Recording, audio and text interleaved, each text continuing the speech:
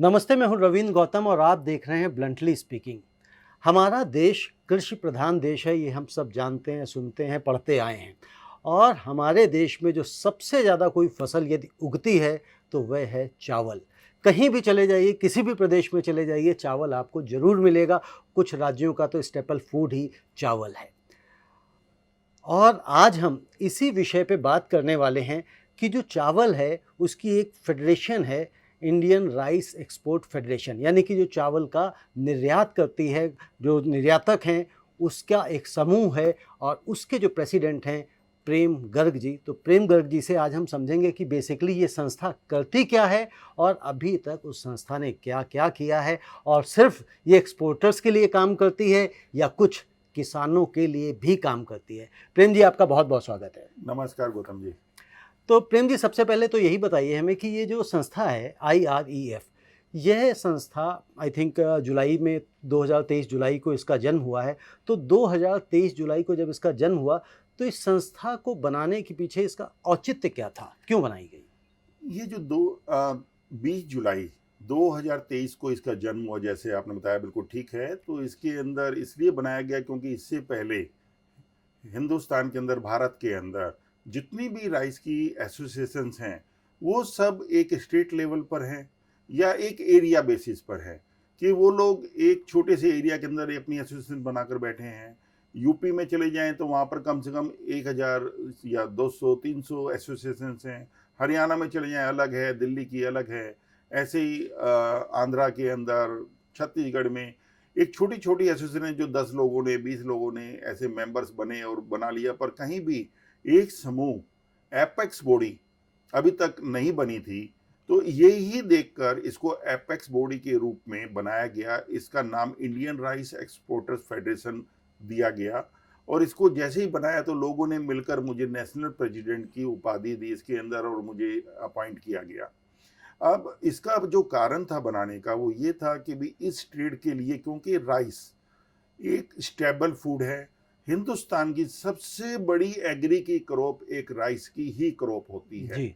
जिसके अंदर हमारा हिंदुस्तान हर साल ग्रोथ के साथ में 142 मिलियन टन इस साल की हमारी क्रॉप है, जो एक second largest in the world के अंदर हम क्रॉप इसको कह सकते हैं। और दूसरा, हिंदुस्तान पूरे वर्ल्ड के अंदर जो है नंबर 1 के ऊपर है एक्सपोर्ट राइस करने के ऊपर।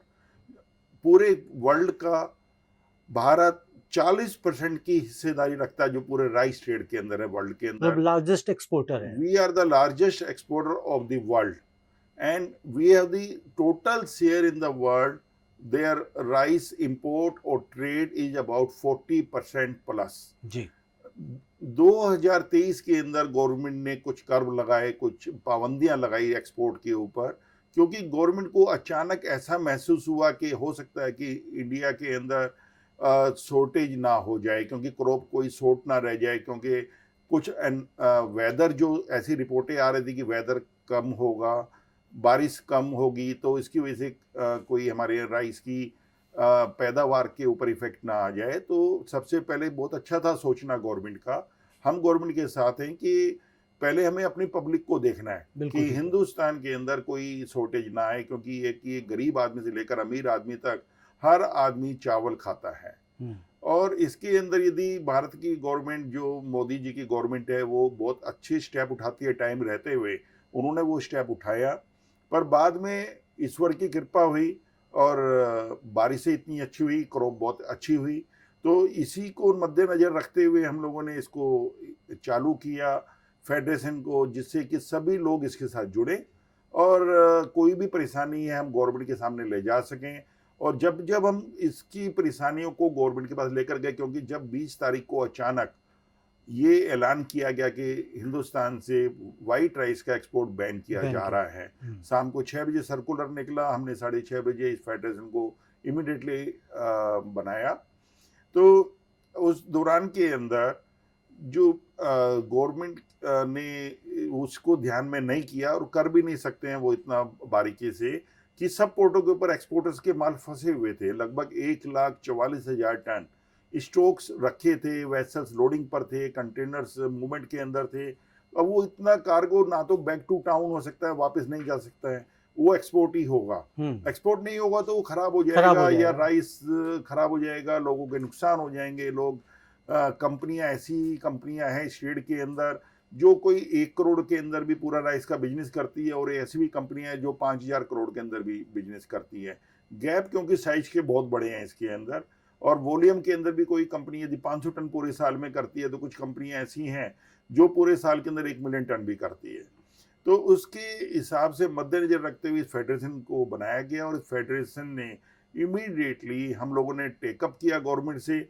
पहली हमारी अचीवमेंट रही कि 1 महीने के अंदर ही हमने गवर्नमेंट को रिक्वेस्ट की, काफ़ी नंबर ऑफ मीटिंग्स की गई कॉमर्स मिनिस्ट्री के अंदर, एग्रीकल्चर मिनिस्ट्री के अंदर। जो जहाज रुके हुए थे, फाइनली हमारे को उन्होंने एक ऑर्डर पास करके दिया, और हमारे जितने 1,44,000 टन की शिपमेंट्स थी सब यहाँ से चली गई। ओके। तो जिससे पूरे ट्रेड को एक राहत मिली, ट्रेड के लोगों को एक स्ट्रॉन्ग फीलिंग भी आई कि आज हमारे पास कोई बॉडी है जो कि हमारे लिए खड़ी है, हम जो सरकार से बात कर सरकार सकती से है, और बात कर सरकार सकती है। और उनके हितों में और सरकार के हितों में, मतलब एक ब्रिज का काम करने का काम शुरू किया। बिल्कुल। बिल्कुल। तो प्रेम जी, एक चीज़ और बताइए, जैसे एक तो आपने ये बताया कि जब इसकी शुरुआत हुई और इसमें इमीडिएटली क्या बेनिफिट एक्सपोर्टर्स को मिला, और आपने कहा कि बहुत छोटी-छोटी ऑर्गेनाइजेशंस थी, 10-12 मेंबर, ज़ाहिर-सी बात है उनकी ना सरकार सुन पाती है, ना वो ऐसा उनके अंदर कोई जज़्बा होता कि अपनी बात सरकार तक ले जा पाएँ और उसमें कुछ काम करा पाएँ। क्योंकि नंबर्स मैटर्स पे अगर आता हूँ, तो ये बता दीजिए एक बार कि इसमें इसमें कितने निर्यातक या कितने सदस्य जुड़े हुए हैं? मैं आपको सरप्राइज होंगे आपके, जिस दिन इसका जन्म हुआ उस रात से लेकर अगले दिन सैटरडे का दिन था, मुझे ध्यान है कि सैटरडे रात तक 250 मेंबर बन चुके थे। 250 मेंबर्स। और आज के दिन इसके 7,500 मेंबर प्लस हैं पूरे ऑल ओवर इंडिया के अंदर। और हमारे आज फेडरेशन के 14 स्टेट में ऑफिस हैं, और डेली हम लोग कुछ ना कुछ गवर्नमेंट से, हमारा काम है गवर्नमेंट से डिमांड करना, और जो उचित डिमांड होती है उसको गवर्नमेंट मानती है। मैंने तो ये देखा है कि अभी तक हमने पूरे 1 साल के अंदर जितनी डिमांड गवर्नमेंट के सामने रखी, पारबॉइल्ड राइस के ऊपर ड्यूटी लगाई गई 20%, उसको गवर्नमेंट से हमने रिक्वेस्ट किया तो पूरा ड्यूटी को उन्होंने हटा दिया। वाइट राइस को जैसे ही क्रॉप अच्छी हुई हिंदुस्तान के अंदर, और हर जगह फसल बहुत अच्छी, जो अभी आने वाली फसल है और अभी चल रही है, जिसके अंदर हमें उम्मीद है कि हमारे पास स्टॉक्स रखने के लिए जगह नहीं होंगी। तो जब गवर्नमेंट से हम लोगों ने बात की, प्रहलाद जोशी जी के साथ मिले, पीयूष गोयल जी के साथ मिले, सबने हमें आश्वासन दिया। फेडरेशन के पूरे मेंबर जाकर हम लोग मिलकर रिक्वेस्ट कर आए, तो उन लोगों ने हमारी रिक्वेस्ट को नज़र करते हुए इमीडिएटली वाइट राइस के ऊपर से सभी तरह के कर्व्स को हटा लिया। पूरे वाइट राइस को एक्सपोर्ट ओपन कर दिया, ड्यूटी खत्म कर दी गई। अब पारबॉइल्ड के अंदर पहले 10% ड्यूटी खत्म की गई, उस पहले 20% थी तो 10% की गई। उसको फिर हमने फिर रिक्वेस्ट किया कि अभी ड्यूटी रखने का कोई मतलब नहीं है, अदरवाइज हम लोग इसको अचीव नहीं कर पाएंगे, तो उन्होंने 10% को भी खत्म कर दिया।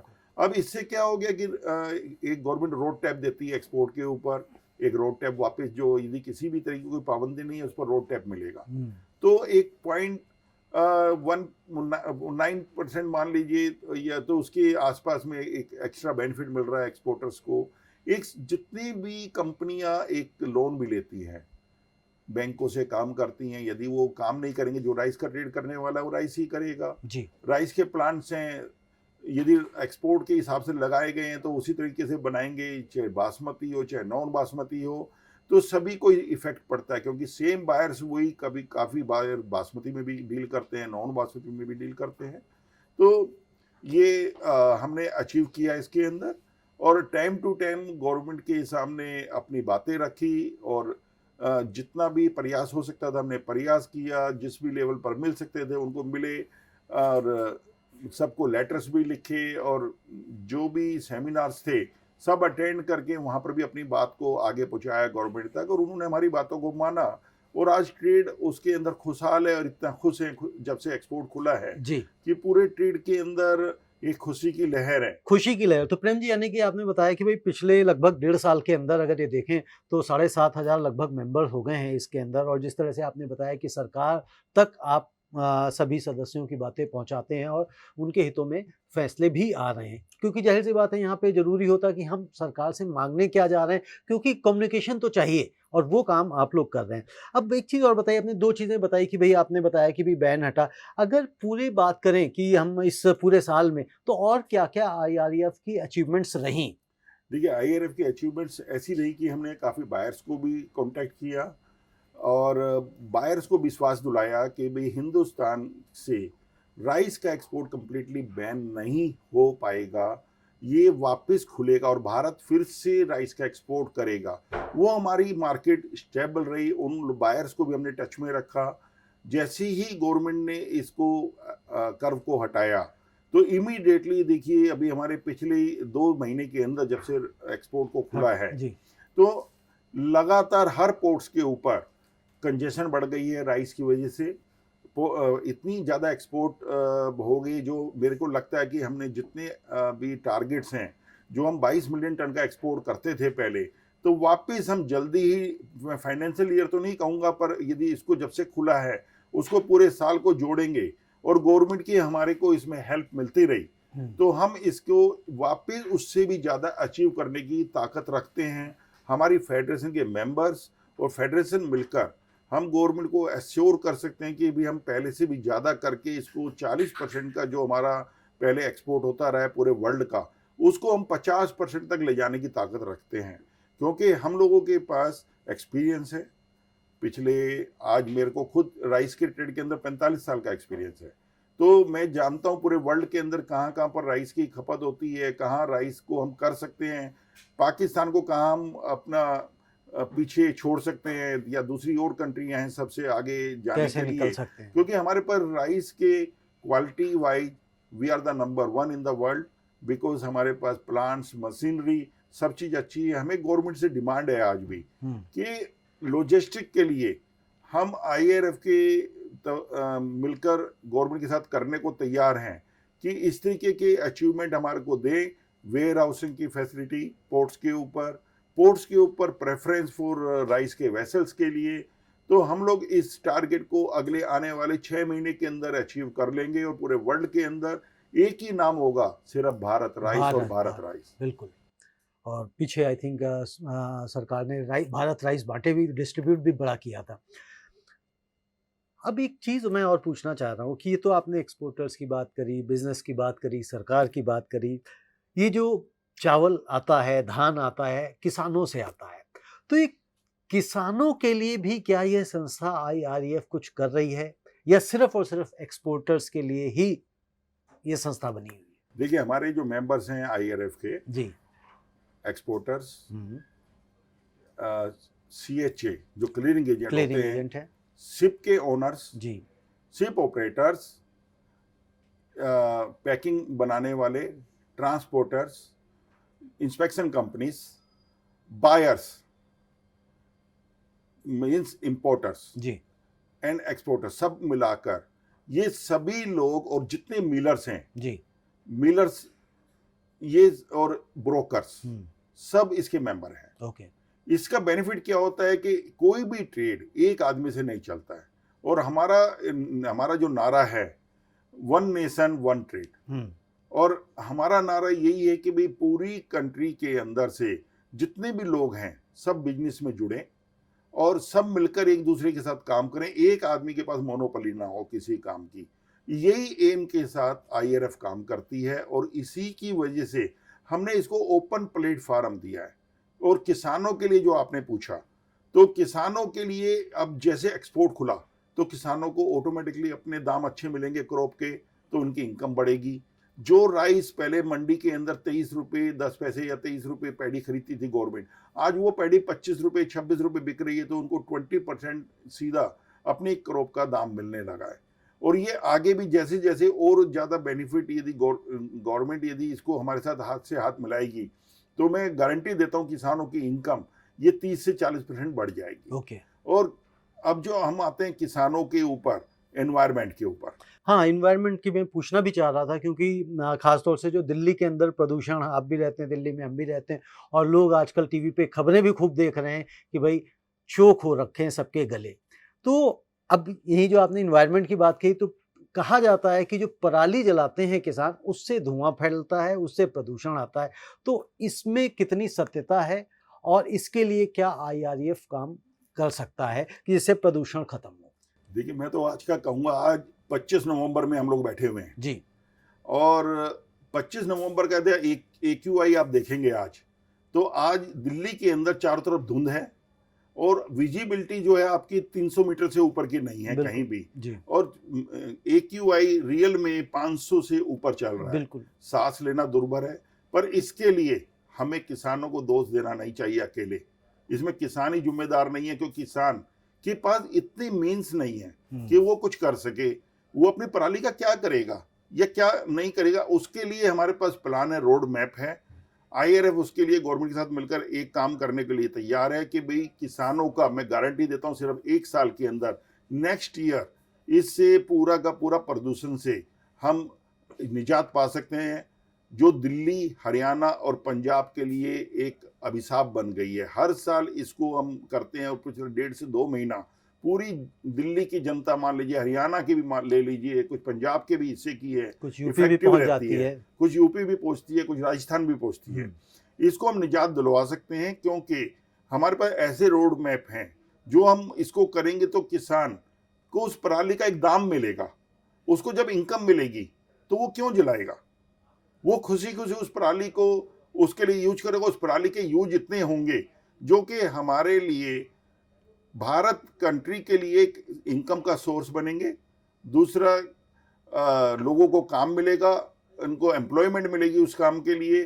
तो यदि हमने तो कुछ पराली की यूसेज क्या हैं? पराली के यूसेज, उससे हम एक बिगेट्स बना सकते हैं ओके, जिससे को कि जलाने के काम आते हैं। ओके। और दूसरा, इसके साथ में एक खाद के रूप में इसको यूज किया जा सकता है। कंपोस्ट। कंपोस्ट खाद बनाई जा सकती है, जिससे अब हम उस पर आते हैं, जो कीटनाशक जी, दवाइयां हम इतनी यूज की जाती है इंडिया के अंदर, जिसकी वजह से हमारे यूरोप के अंदर हमारी बासमती, कुछ नॉन बासमती, दोनों वैरायटियों के ऊपर दिक्कतें आती हैं, रिजेक्ट हो जिससे कि जाते भी हैं। हम लोग, क्योंकि उनको एक पेस्टिसाइड फ्री चाहिए।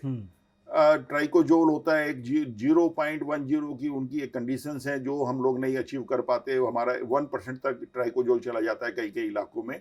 पंजाब के अंदर आप देखेंगे कैंसर की बीमारियां, हरियाणा के अंदर कैंसर की बीमारियां, यदि पंजाब अकेले को काउंट करें तो वहाँ पर बहुत बड़ी रेशो है कैंसर की। मेरे को आंकड़े तो मैं नहीं बता पाऊंगा, पर उसके अंदर यदि देखेंगे रेशो, किसान जो भी काम करता है उसको कहीं ना कहीं रेंज के अंदर जूझना पड़ता है ज्यादा इससे, है पंजाब में। क्योंकि इतनी पेस्टिसाइड यूज की जाती है। पेस्टिसाइड ये जरूरी नहीं कि वो खाने वाले को होगी। राइस के अंदर खाने से कभी पेस्टिसाइड का नुकसान नहीं होगा, क्योंकि राइस के ऊपर से पहले पैडी उतारी जाती है, फिर उसकी पॉलिश की जाती है, तो उसके अंदर पेस्टिसाइड का कुछ रह नहीं जाता है। बट फिर भी यूरोप के अंदर एक फिर कहीं ना कहीं पहुंचता है, क्योंकि राइस को धोआ जाता है, उसकी वाश किया जाता है, फिर पकता है, तो उसमें कोई किसी किस्म का पेस्टिसाइड लास्ट में रह नहीं जाएगा। फिर भी यदि हम पेस्टिसाइड फ्री की बात करें, इसी पराली से हम खाद बनाएंगे। दूसरे, इसको कंपोज खाद बनाने के अलावा कुछ नेचुरल रिसोर्सेज का डेवलप कर सकते हैं, जिससे हम केमिकल्स को बिल्कुल ही छिड़काव को बैन कर दें। इंडिया के अंदर इंपोर्ट बैन करें, सेल्स बैन करें, और इसके बाद हमारी जो क्रॉप होंगी उसके हम दाम बेहतर दे पाएंगे। ज़्यादा रेट के ऊपर हम इंडिया से बाहर सब्जियां बेच पाएंगे, और यहाँ पर भारत के अंदर भी किसानों को दाम उसके अच्छे मिलेंगे। शुरू में तकलीफें आएंगी 1 साल के अंदर, पर उसको हम इस तरीके का रोड मैप बना सकते हैं जिससे कि भी इसके अंदर अचीव कर लें और सभी को विन विन सिचुएशन, जनता को भी दिल्ली में या आसपास के इलाकों तो में। इसमें सरकार किस तरह से आपको लगता है कि मदद कर सकती है? सरकार किस तरह से जोड़ सकती है? क्योंकि जो आप बता रहे हैं बिल्कुल सही है, अगर कोई चीज़ वेस्ट हो रही है तो उसको जला रहे हैं, अगर उसी जलाने की जगह उसके किसानों को पैसे मिलने लग जाएंगे तो जाहिर-सी बात है कि वो क्यों जलाएगा? इसके लिए गवर्नमेंट को, जो एनवायरनमेंट डिपार्टमेंट है और एग्रीकल्चर मिनिस्ट्री को, साथ में आईआरएफ के साथ हमने उनको कोशिश कर रहे हैं, और बैठकर हमने कुछ स्कीम्स वगैरह के लिए हमने ऑलरेडी लिखा भी है गवर्नमेंट को। अभी हम बीच में थोड़ा सा, और ये पहले तो राइस के एक्सपोर्ट के लिए और इन चीज़ों पर बिजी थे, अब हमारे पास थोड़ा टाइम है, तो उसके हिसाब से हम अभी इन चीज़ों के ऊपर लगेंगे। और कोशिश करेंगे कि गवर्नमेंट हमारी बात को माने, और मानेगी गवर्नमेंट, क्योंकि नहीं, डेफिनेटली मानेगी, गवर्नमेंट क्यों नहीं मानेगी? क्योंकि ये जो गवर्नमेंट है बहुत बिजनेस फ्रेंडली गवर्नमेंट है। हाँ। और भाई जरूर ये तो सभी के लिए विन विन सिचुएशन है ना, जी भाई किसानों के लिए भी है, पब्लिक के लिए भी है, सरकार के लिए भी है। क्योंकि जब पोल्यूशन होता है तो सरकार को सभी लोग दोष देते हैं, लेकिन कदम कौन उठाए, काम कौन करे?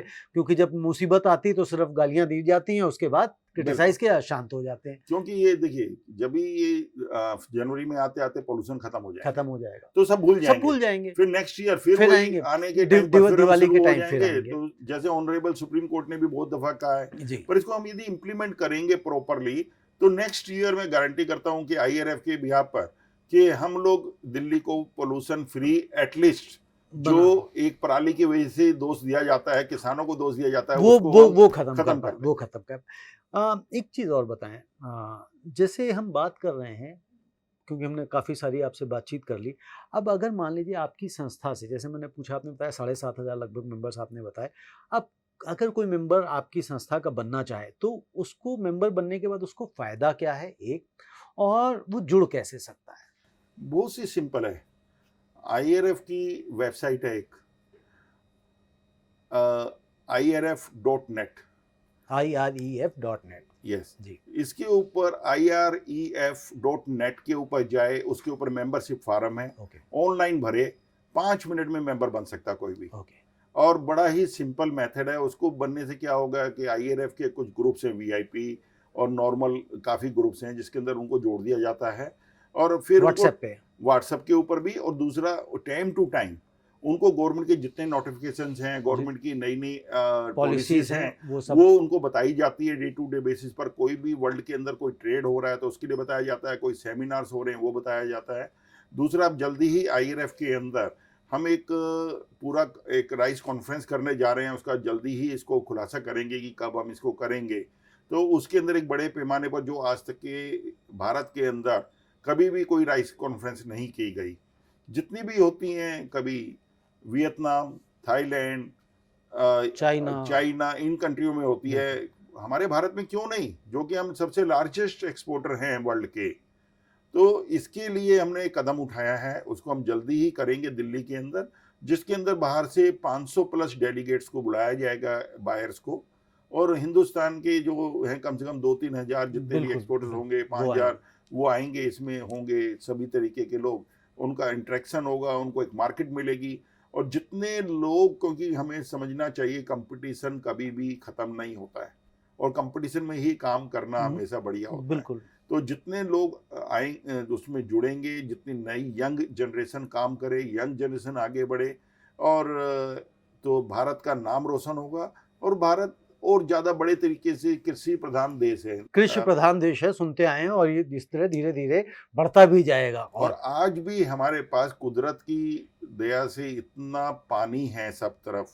कुदरत हमेशा देखते, पिछले साल लोगों को लग रहा था, गवर्नमेंट को लग रहा था कि भाई शायद पानी की शॉर्टेज होगी, पर इतनी ज़्यादा अभी बारिश हुई है जो कि कुदरत ने कर दी कि यहाँ पर कोई शॉर्टेज नहीं होने वाली है। बिल्कुल ठीक बात तो है। मेरा तो यही मानना है कि अपने भारत के अंदर यदि गवर्नमेंट कृषि के ऊपर ज़्यादा ध्यान देगी तो वो हमारे लिए विन विन सिचुएशन होगी, वैल्यू एडिशंस होंगी, राइस की नई नई आइटमें हम निकालें, राइस से बनने वाली आइटमों का एक्सपोर्ट करें, हम वैल्यू एडिशन करें, और इसको हम इतना करें कि भी पूरे वर्ल्ड को डिपेंड सिर्फ राइस के लिए और सिर्फ भारत के भारत ऊपर के होना ऊपर पड़े। है। बिल्कुल ठीक है।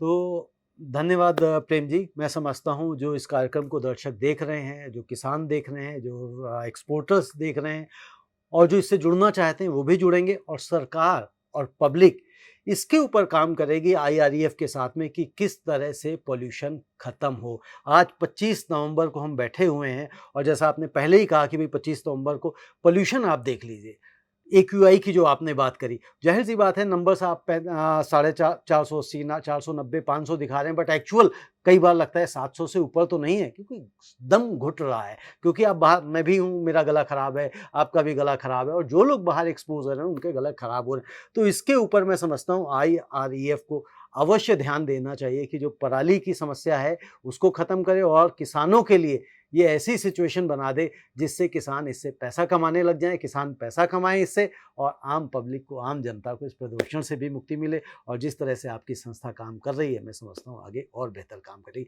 बहुत बहुत धन्यवाद। Thank you.